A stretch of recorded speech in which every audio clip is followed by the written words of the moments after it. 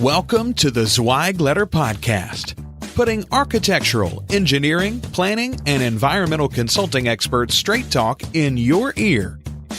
These podcasts deliver great interviews with industry leaders and Zweig Group's 3 decades of invaluable research, leadership, management, marketing, client, and HR advice directly to you, free of charge.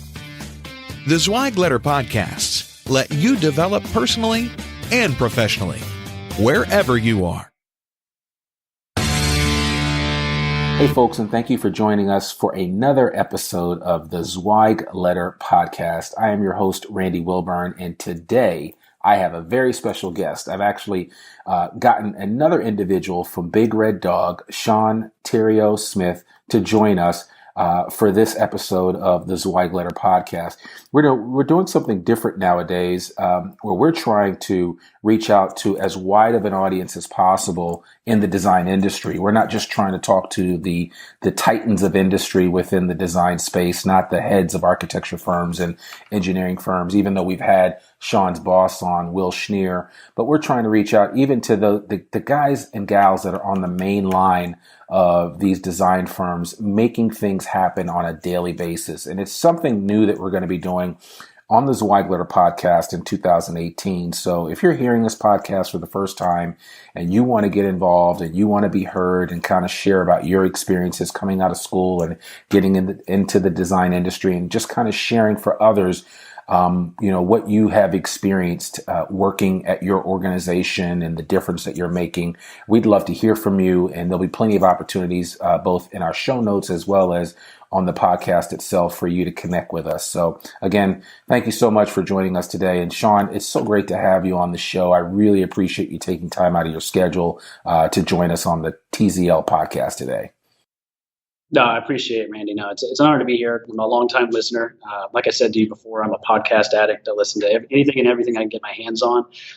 It's an excellent platform for professional development, just current events, whatever. I think audio platform is an excellent way to get stuff done. Get that factor of multiple things doing at once. But yeah, I wanted to kind of go back into my background a little bit. I'm a project engineer at Big Red Dog in the Houston office. For folks who've been listening to your podcast before, they've obviously heard from Will previously. I think your most previous episode potentially has him on it. But so I came about Big Red Dog from coincidentally another podcast I was listening to, Engineering Career Coach with Anthony Fasano, which is another great podcast. Obviously, I think you guys have had conversations in the past. But Will was on that podcast, and at the time, this was probably about a year ago, I heard Will kind of go over some of the cultural key points and touch points of Big Red Dog and some of the strategic initiatives that he really espouses. And at the time, I was working for a public works firm as an intern. I graduated last December, and I as he was continuing to have a conversation with Anthony, it came to me like this guy understands a lot of the aspects of what my generation and those coming into the industry are really looking for into a professional engineering position and just design services in general. I can tell you, being a part of this firm for now about 6 months, a little over 6 months, a lot of the things that Will talks about with you and other people in terms of his interviews, it definitely is something they practice in addition to preaching. One of the key aspects that we really focus on as part of our values is open communication and kind of going over the top of communication. Something that I've always felt in terms of my relationship with clients, relationship with my superiors, and anybody who works on my team. I feel the need to over communicate rather than under communicate. And I always feel that somebody will tell you, okay, perhaps you're sending too many emails, or you're telling me too much information. You can always dial it back down, but you don't want to be in a position where you're not communicating enough. So that's something that Big Red Dog really hits a home run with, is over communicating to clients, making sure that we're showing them what we're doing on a daily basis, on a weekly basis, making sure they know that they're getting their money's worth, and we're not they're not sending us off for 3 or 4 months and then not hearing from us for at least several weeks at a time. They're hearing from us every week. Another thing is open book management, and also just fair and transparent billing practices. That's something that really resonated with me as well. And really, we kind of chase after those visionary clients. We do a lot of really incredible work. We kind of cut our teeth on urban infill and mixed use development in the city of Austin, and we're starting to spread with offices in Houston, San Antonio, Dallas, now Sugar Land and Lubbock. We're really focusing on getting those visionary clients doing really incredible projects within our communities. That way, you get buy-in not just from on the client and project management side, but your design professionals are really kind of excited about it. Even the drafters, the designers are really bought in and invested in the product because they're making something that's really cool. They can drive past with their family on a weekend and show, I did that. That's something I contributed to. And that's something that really gets people motivated and interested in doing the work that we do. It's not always just sanitary lines or, wastewater treatment plants or something like that. It's a really cool project. So over the past 6 months, it's been a bit of a roller coaster of really interesting projects and, getting this fresh look at this industry. And, it definitely has hit home for me personally that whatever I heard on the podcast a year ago is really actually real and true and accurate in this organization. Wow, man, you've done my job for me. I could just wrap this up right now, man. That's absolutely amazing. I appreciate you sharing that. One of the things that stood out, and I guess, so if I'm hearing you correctly, part of the reason why you're actually at Big Red Dog now is because of a podcast. Yes. Yeah. I mean, like I said, I'm a bit of a podcast addict. I listen to everything under the sun, whether it be, professional development from, yourself and Anthony Fasano on the engineering side. I listen to Tim Ferriss, Gary Vaynerchuk. I listen to a ton of startup podcasts. I listen to a lot of comedy podcasts. I got to give a shout out to MaximumFun.org. It's my favorite brand of podcasts. Just all sorts of stuff from NPR. I have in Houston, and I think you've talked about this before, some communities are more favorable to listening to podcasts. In Houston, we have a lot of traffic. Yes. I live a little bit of away from downtown where we have our office in the Arts District, and I spend probably about 10 hours a week in a car. Wow. So I got an Audible subscription. I got my podcast, and I make my money's worth of that commute for sure, because that's where I get my information. That's where I keep up to date on current events. That's absolutely that's my force multiplier for me on my development side. When I get to work, I get to work, but when I'm on the car, I can get all sorts of data downloads and hit that 1.5x, 2x, and just go through all the podcasts I can. So yeah. That was kind of the coincidental aspect of finding this firm. Well, and you found the silver lining, I think, in what for a lot of people is a real labor, right? Of having to commute to and from home to work and all that stuff. And, you've basically made your car your driving university. And you're not basically saying, well, I've got this terrible commute, which a lot of people do. But you've turned it around and made it something positive where, 10 hours a week, you're able to edify yourself on so much great information. And I certainly applaud you. I always tell the joke that, when I was in the Boston area, my commute was about 45 minutes. I'd ride up and down 95.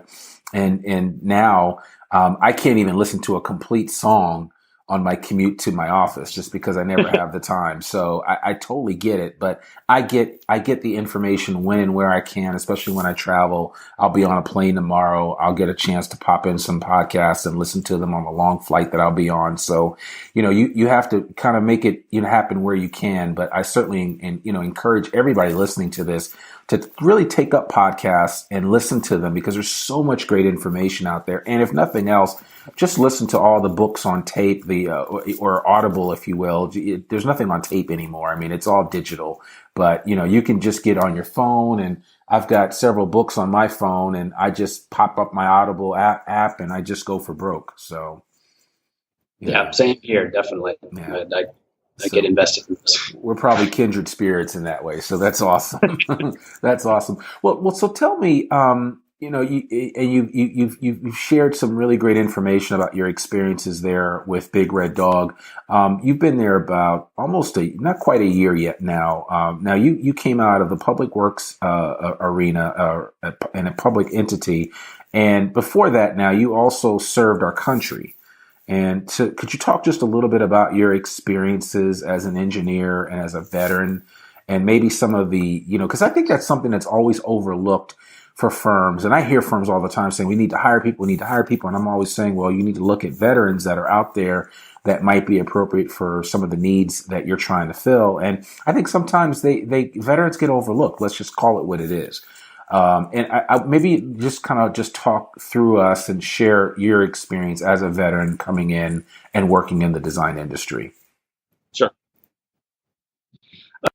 Side in Texas, and many other markets very similarly, there's a lot of private firms that do a lot of public works project. The firm previously was more focused on MUDs, or municipal utility districts here in Texas, which anything outside of a city pretty much is serviced by a MUD.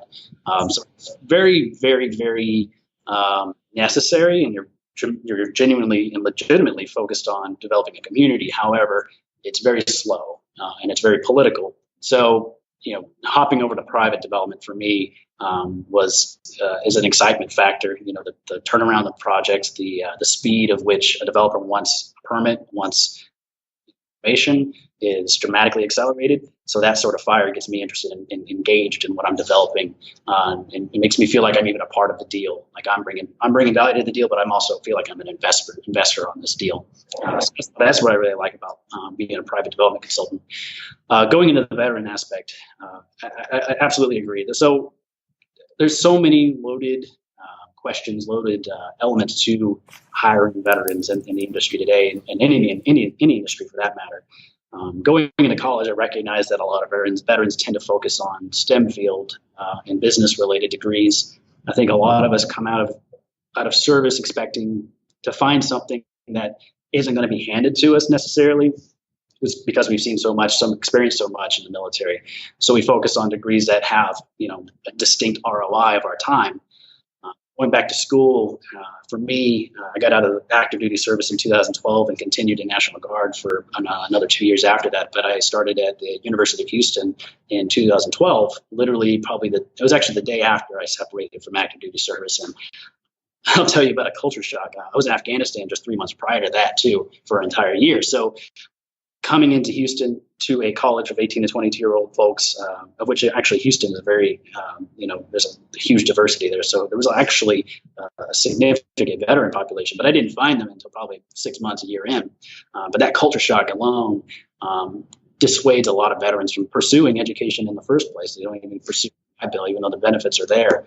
But for those of us that are actually in higher education and use our benefits, you start to kind of coalesce around a certain identity or discipline that you learned in the military.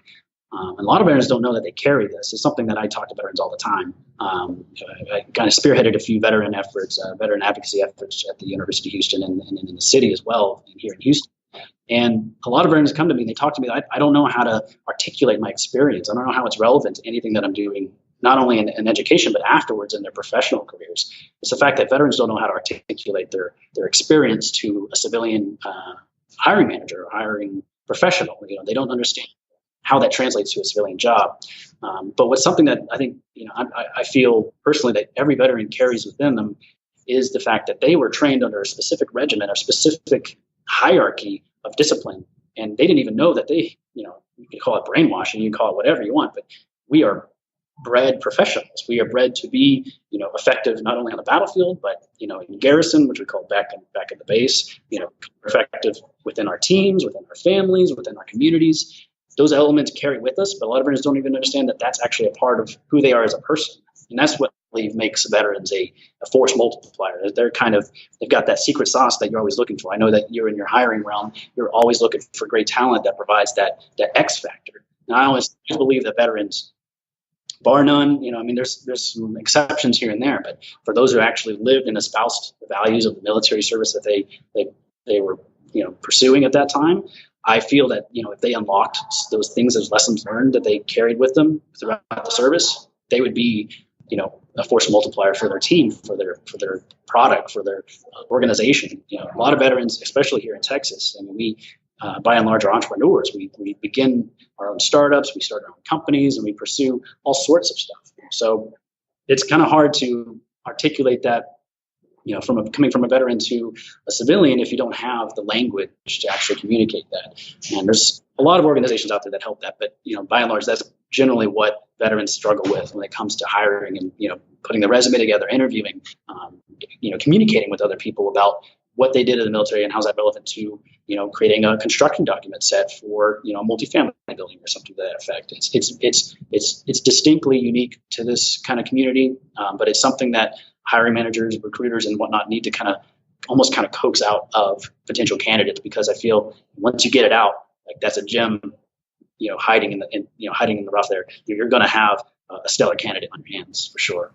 So it's almost like, these guys, not only does the veteran need to be educated about how to present themselves, but the hiring manager needs to be sufficiently educated about, like you said, how to pull those things out of those individuals so that they get a quality interview and they're able to gain knowledge and information in terms of what this individual brings to the table.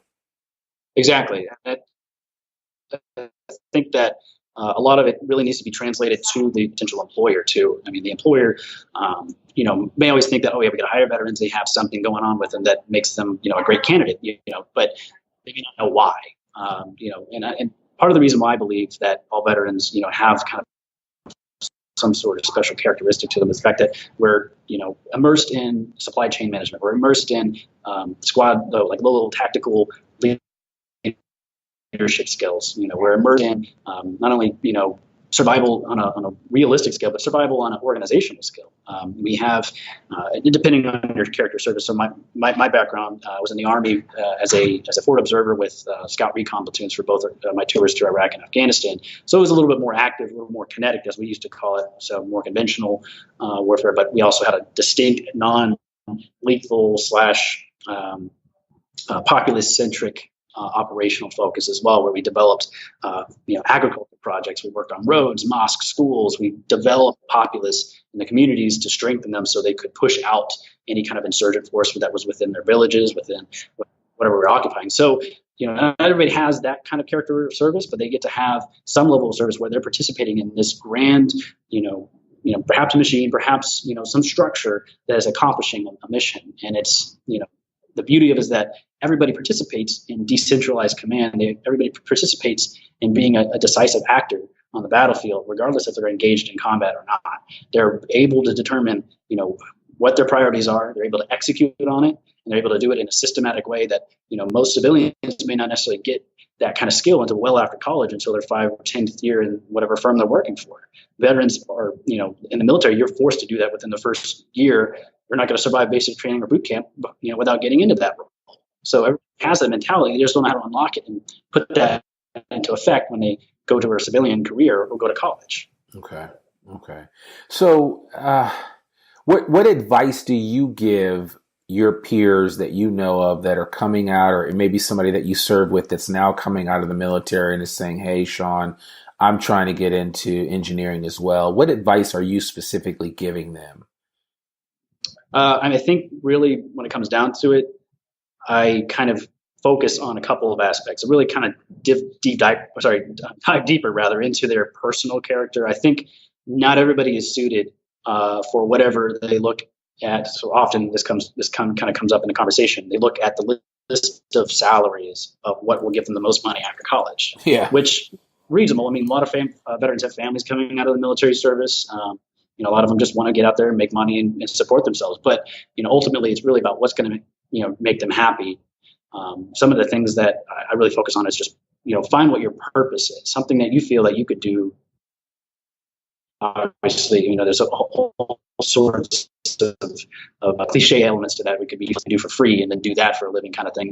That may not also be realistic, but just find something that, gives you fire, gives you that fire in your belly to pursue it and become, that professional role. And there's something that I think veterans kind of do well on is that they kind of avoid even these kind of corporate or traditional roles in the professional world to kind of pursue their own ventures. They often start their own companies, they start their own ventures, they co-partner with somebody else. They provide that kind of secret element that I think that, spices up the founding or the founders of a company when you start to bootstrap your own firm or bootstrap your venture. I think a veteran in the mix kind of gives you an element of depth of experience that you might not otherwise have. So I always kind of encourage veterans to, if they have the opportunity to, explore their options and find what resonates them and what makes them happy, honestly, at the end of the day. Not just go for that high salary mark on whatever whatever major, degree program list you're looking at on Google. Yeah, and that's hard. That's a hard conversation to have because you're dealing with people that, unfortunately, we don't pay our military as much as we should be paying them. And so when they come out, everybody's like feast or famine. I got to make up for what I missed out on. And that's a hard mindset to overcome. And I think, I would imagine just looking at what you've experienced and where you are now versus where you were before. You see the differences in terms of what it takes to kind of build up your resume, to kind of take the skill set that you had coming out of the military, then taking it through college, through the university setting, and then out into the workforce. It has really prepared you for something even beyond what, a normal person would have coming out of university and matriculating through 4 years of college without any military experience. Sure. And I honestly, I've kind of seen both sides. So I had the privilege to serve as student body president at the University of Houston for a year. That's right. I was in student government for a little bit before that. How I got involved in that really was kind of because of the military. I had that public service itch. I needed to scratch. I needed to do something for other people. I was getting paid to go to school because of the GI Bill. Thankfully, because of the program that exists, and I knew I needed to contribute to the community that was providing me with education, and I wanted to help other people, advocate for other people, and make sure that people were aware of their benefits, aware of the resources they had available. So just kind of got involved with student government, kind of on the on my off time, and it kind of snowballed into election, and eventually, was able to serve as the president over 43,000 people, students rather, in the second most diverse research institution in the country. So it was definitely a distinct opportunity for me to see, what it means to be, a student, from the freshman perspective, straight like true freshman perspective, coming out of high school, coming into college. So I never really had that experience. I was more or less in the military, almost out of college, or out of high school rather. And I think that, a lot of parents come into school thinking that there is this huge divide between them and the younger generation of students that surround them in classroom. And in a lot of ways, yes, that's true. Our experience definitely distinguishes us and differentiates us in a very special way, but it doesn't necessarily mean that we have a distinct advantage or, absolute advantage over anybody. It's just different.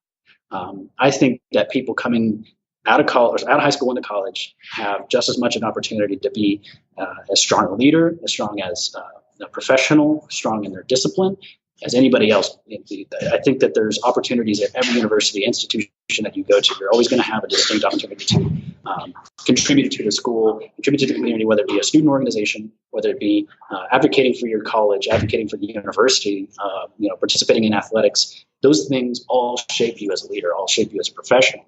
And I think that, from a recruiting standpoint, or from just a hiring standpoint, companies and owners are looking for people who participate in these sort of things. So, if you're on the football team or you're in, some student organization focused on perhaps a cultural background or, something, technology related or whatever it might be, you're going to have a leadership opportunity that develops you into a strong professional and leader going into the position, so you can know what it means to actually, manage resources, manage time.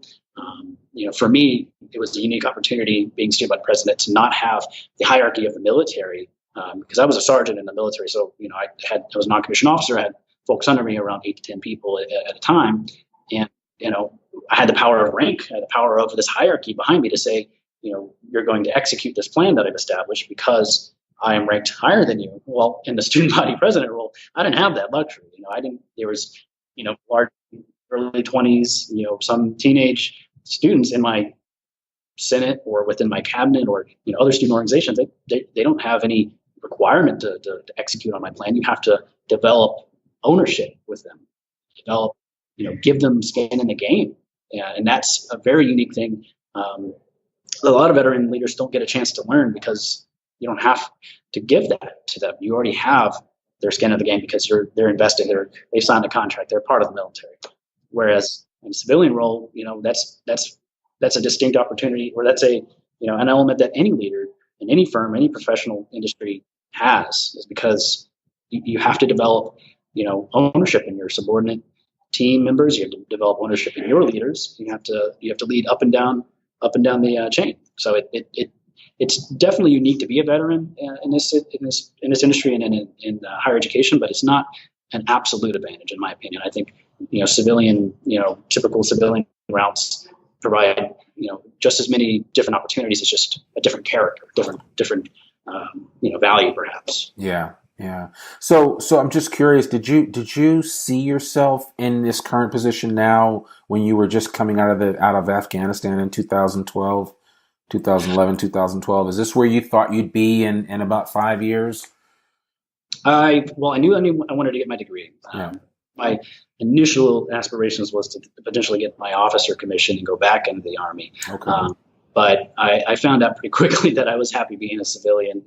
Not having a shave is a nice thing there. Right. I found out, I don't know, personally, I knew pretty early on, even when I was in the military, that I wanted to be a civil engineer, even potentially before the military. My father is a structural designer, and he's been doing that since before I was born. He's worked in sorts of firms.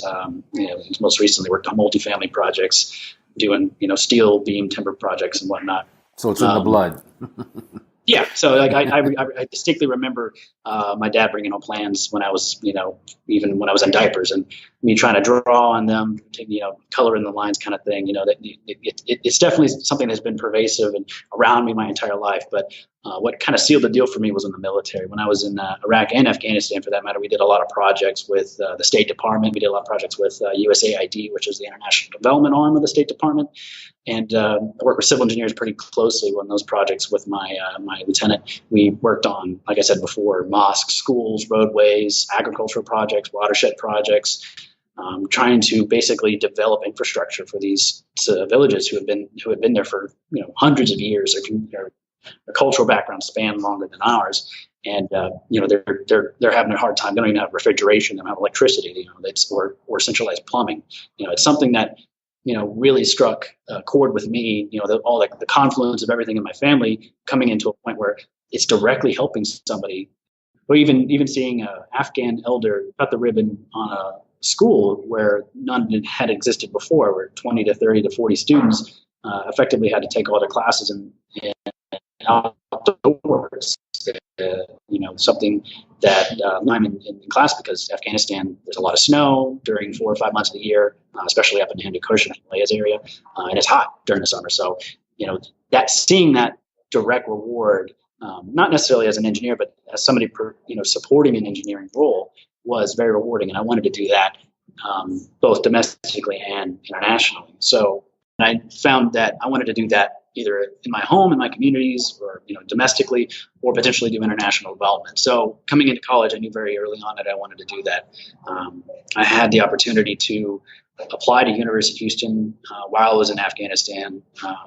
I had a satellite TACSAT terminal that I was able to connect to use the Wi-Fi, the internet over there. Very, very slow, obviously, but I applied to and found out I was accepted to a UH while I was over there, and knew that was my plan even in the last months of our deployment as we were transitioning over to the next unit.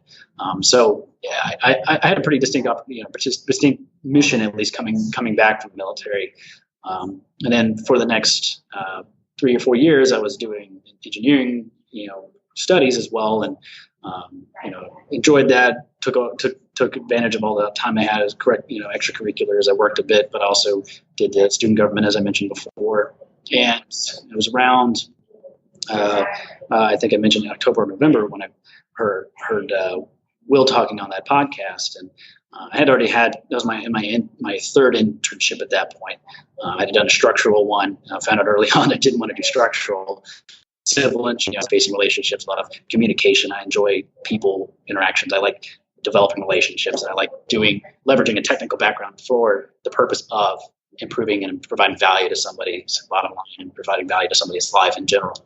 When I listened to that podcast in October, November, I tend to do this with a lot of folks. I write down their name in my notebook. I'm really distinct about focusing on mentor-menteeship relationships. I tend to write down names of people who I think to reach out to, folks who I think resonate with me personally or professionally, and I want to learn more about what they're all about. was an interest in, I'm going to work for Big Red Dog in 1 year or whatever. I wanted to find out more about Will and the company. And lo and behold, probably 2 months later, I had a friend who got picked up as the structural line leader here in the company, reached out to him, set up a meeting with some of the principals here in Houston. Right after that, I knew right away that this was the firm that I wanted to be a part of. So continued conversations from there, joined in May, and haven't looked back. It's been a hell of a ride so far. That's awesome. That's awesome. I love hearing stories like that, and certainly I'm sure they're glad to have you. I mean, it is a very unique firm. I because we work with you guys, sometimes I get a chance to talk to other people about Big Red Dog and about the type of firm that it is. And you're not a normal, I mean, I've worked with Carter and Burgess and some of the old line engineering firms that have dotted the landscape of the design industry over the decades. And you guys are just totally different. It's even hard to describe in some way. Will does a good job of it, but yes, I mean, you guys are different, and there are other firms that are out there that are kind of doing design work a little differently than has been done in the past. So I think it's interesting, and I look forward to seeing what the next chapter is for Big Red Dog. I think 2018 is going to be a very interesting year for you guys. So. Yeah, it absolutely will. And honestly, I don't think what we have here is something secret. I think this is a model, in my opinion, that will be replicated across the industry going forward. I'm not necessarily young relative to other graduate project engineer levels. I'm 31, going on 32, and I'm still technically a millennial, I guess, in the upper range, but I had the opportunity to be immersed around many students of that generation, of the younger millennial generation, being student body president. I had become distinctly aware of the issues and the friction and the pain points that they have going into their professional careers, not necessarily engineering in general, but other industries as well. And coming into our industry specifically, I think that millennials and those coming out of college now expect a different caliber of employment than many did in the past. I mean, it's just a generational evolution. Of course, it's going to change regardless. But I'm convinced that it's not necessarily just what Will has to provide, but the team at Big Red Dog has to provide. The culture that we've created here is something that's going to pop up in other firms around the country.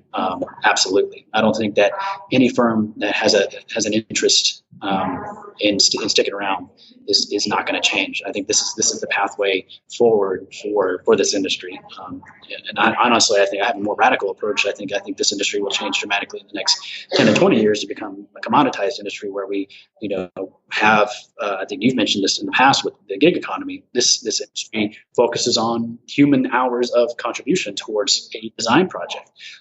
What we have at Big Red Dog, our commodity is the service of engineering services. Our product, however, is what we encapsulate that with and provide to the client. We communicate effectively. We're transparent. We provide a very distinct high level of service and accuracy in our plans, but we also provide the brand that we're putting forward. We're showing them, our employees are happy, our past clients are happy.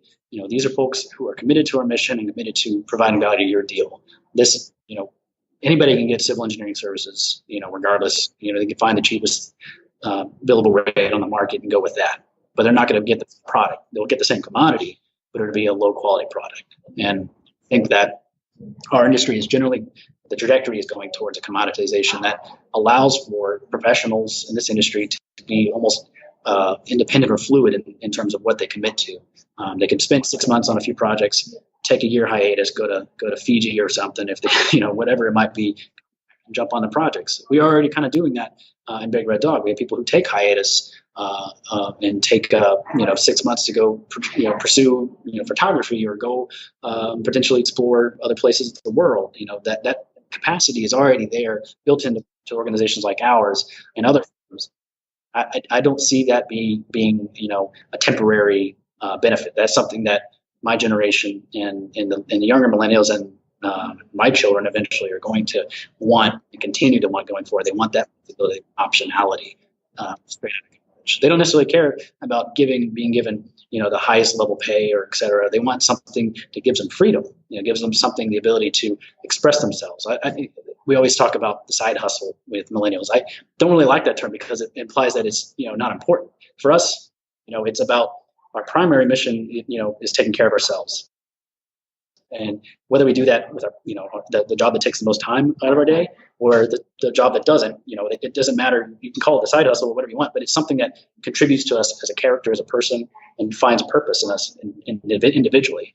And I think it's important, going forward. I don't think we want to ignore that. I think that's going to become even more important as we go forward, as our students start graduating into this program and in this career. I think we'll find that more and more often in the case where we have firms and companies having to support that. Yeah, man. I couldn't have said that better. And I think we'll have to put a bow in it right there. I certainly want to be respectful of our listening audience, and we'll definitely, you're setting me up here, Shaun, because now you're going to make me want to have you back on the show for a part 2, and we'll have to continue the discussion. But just a lot of really good information that I think the audience needs to hear, and especially I'm going to try to get this podcast out in the hands of any veterans that are out there that are looking to get into the design industry and just need a word of encouragement. Sometimes it's just simply that, to hear, oh, well, if he could do it, I'm going to try it, and I think that's really important. So I appreciate your transparency. I appreciate your willingness to share. We're not going to let you off the hook though, without just sharing a little bit more about who Shaun is. And so just tell me, what was the last book that you read? Shoot. Well, I tend to read 2 books simultaneously since if I given the chance, multitasker. Not at the same time. Right. But I tend to read a lot of nonfiction, so I tell myself I have to be reading a fiction book, as well. And I kind of alternate. In the morning, I allow myself professional nonfiction kind of things. In the evening, I tend to listen to comedy or fiction audio. And so the last fiction book I just read, I just completed The Graveyard Book by Neil Gaiman, which is excellent. It was an audiobook. I don't have many opportunities to read books by the fire or anything. I've got 3 kids under 3 at home. So limited opportunity there. So I'm completing a nonfiction book presently called Extreme Ownership by Jocko Willink. Oh yeah, it's a good book. Leif Babin, which I'm not really usually too big on veteran authors. It's taken me a while to get to this book, and I've heard Jocko talk on a few podcasts before, and I'm not really into that like big, tough guy persona. Like you got to get up at 4:30 in the morning and attack the day. The enemy's up. You got to, get out there, snipers do kind of thing. And because I heard that all, it was so pervasive in when I was in the military. So, but fine reading this book has been definitely revitalized some of the military training that I've had in the past. I've learned a little bit more about myself as a leader and how to kind of articulate that in my role in my professional and personal life. Even it's definitely a great book. I would take a look at it if anybody's interested in the Iraq or Afghanistan war. They intersperse their own experiences in the military along with the application to business. It may be a little bit, disconnected from some of the civilian experiences, but for somebody in the military, it absolutely makes a whole lot of sense. A lot of experiences I've shared with them in that book as well. So I recommend it for sure. Okay. All right, cool. So what was, or rather I should say, where was the last place you went on vacation? Well, I did say that I have 3 kids under 3 at home. So, right. So it's not much vacation for you. It was, I was born 2 or 3 months ago, so we went to deliver him. No, our last vacation, my wife Paige will kill me for calling this a vacation. So in 2015, when I was student body president, University of Houston had a stellar football season. Tom Herman, although he's at UT now, I don't begrudge him that, took us to the Peach Bowl that year, and we were ranked number 13. So we took a road trip out to Atlanta to celebrate New Year's with a few friends out there and some family that I had there. I got to see the game, see them beat Florida State, go Cougs. I was definitely a great end cap to the season. I'm excited for them to take it back to a New Year's Six Bowl again. I'm sure it's on the horizon. UCF is doing well this season. I'm excited for the American Conference. I think we got it in us. Okay, well, yeah, let's see what happens. Maybe they'll widen the bowl series and add 4 more teams. So. Sure. We can see what happens. That's interesting. If you could binge watch one TV show, old or new, what would it be? Oh, well, I'm actually in mid-binge right now with my wife. We're watching all of the Star Trek series from chronological order. Yeah, it's taken me. So I've not seen all of them. I've seen bits and pieces of every single type of series. Yeah. So we're starting with Enterprise, which is the first chronological, and then the new series came out, Discovery, and that's by the original series. It's kind of embarrassing because one of our daughters, we have twin daughters who are 2 years old, and one of them is named Jadzia, which is named after a character in Star Trek Deep Space Nine, because my wife is a big Trekkie, and I have not seen the entirety of Deep Space Nine, so I feel like I'm obligated to at least watch the entirety of that series, and then might as well watch the entire thing. But yeah, that's something that we tend to do after the kids go to bed. We've been turning to that every now and then. Okay. Personally, a lot of Marvel stuff. I tend to pick up the Punisher's the one thing I'm working on now. Yeah, I heard it's really good. I haven't had a chance to watch it, but I hear it's really good. So that's awesome. And so yeah, I guess that's about it. I mean, you've shared, you've bared your soul a little bit with the listening audience. So we appreciate that, and we appreciate you sharing, man. And thank you so much for taking time out of your schedule just to be with us on this podcast. So we're definitely going to work it out to get you back on. I think what you have to say and your voice for the veteran audience out there that's trying to break into or has already broken into the design industry and just wants to hear a friendly voice that will encourage them to keep going in the direction that they're going in.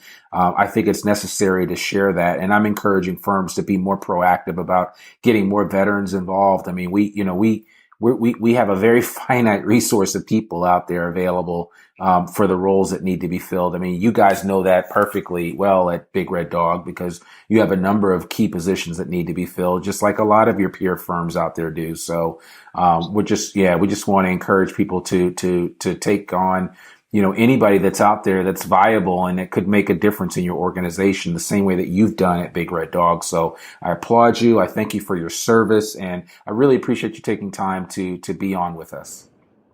No, it's been a privilege being on here with you. And I just wanted to send a quick note for if there are any veterans listening, you're not alone. Seek out other folks in your community. Reach out to me. You can reach out to me on LinkedIn, Shaun Theriot-Smith there. Any of the social media platforms, it's at Theriot-Smith. Definitely reach out, make a friend, develop yourself as an individual, and you can accomplish things out of the military service. So you're not alone. Yeah, absolutely. Well, yeah, and we're definitely going to put all of Shaun's contact information in our show notes. So you will have access to that as well. And we will put this online and we'll spread this out on social media and try to get it onto some of the veteran sites as well to encourage them to listen in. And I'm sure Shaun will share it with his body of friends and colleagues. So there won't be any shortage of this podcast episode getting around and getting into the hands of the right people. So, but thanks again, Shaun. We really appreciate having you on. No, thank you, Randy. Yeah. I'm looking forward to the next time. Absolutely. Well, folks, listen, I want to thank you again for listening to another episode of the Zweig Letter Podcast. As you know, we've changed up a lot of things, and the biggest thing that we've changed is that we're now giving the Zweig Letter away for free. That's right. You've heard it. FREE. All you have to do is go to zweiggroup.com, click on the Zweig Letter icon, and just enter your email address. I don't need your name. I don't need your address. I don't need your blood type. All I need is your email address, and you can get the Zweig Letter for free, delivered delivered digitally every Monday morning. And what's even better, if you want to have your whole company or your whole team get the Zweig Letter so that you guys can discuss it at the water cooler and, discuss some of the great topics that are happening out there. Even Will Schneer from Big Red Dog has written some outstanding articles in the Zweig Letter, but there's just, 12 to 14 pages of outstanding information on a weekly basis. I believe it is the longest running newsletter in the design industry. So I would encourage you to make yourself available to that resource. It is free and it is my gift to you. Remember, sharing is caring. We'd also appreciate it. The Zweig Letter Podcast comes out both on iTunes, Stitcher, SoundCloud, Google Play. We hope to be on Spotify very soon. And you can also catch us on YouTube. So you can download and listen to this in several different mediums and several different forms. And if you're so inclined and you want to give us a 5-star review, we'd really appreciate it. So feel free to fill that out on iTunes or Stitcher, anywhere that you get your podcast. But we really appreciate you. We appreciate everybody in the listening audience. And we thank you again. And thank you for our guests and for all the amazing people that we're able to have on this show on a weekly basis. We could not do it without you. Once again, I'm Randy Wilburn, and you're listening to the Zweig Letter Podcast, part of Zweig Group Media. Remember, we exist to make you more successful. Bye for now.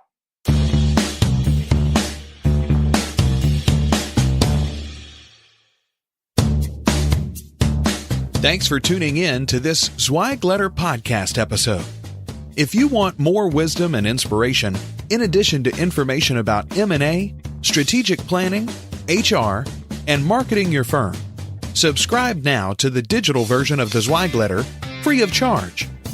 Just visit thezweigletter.com/subscribe and leave your email address.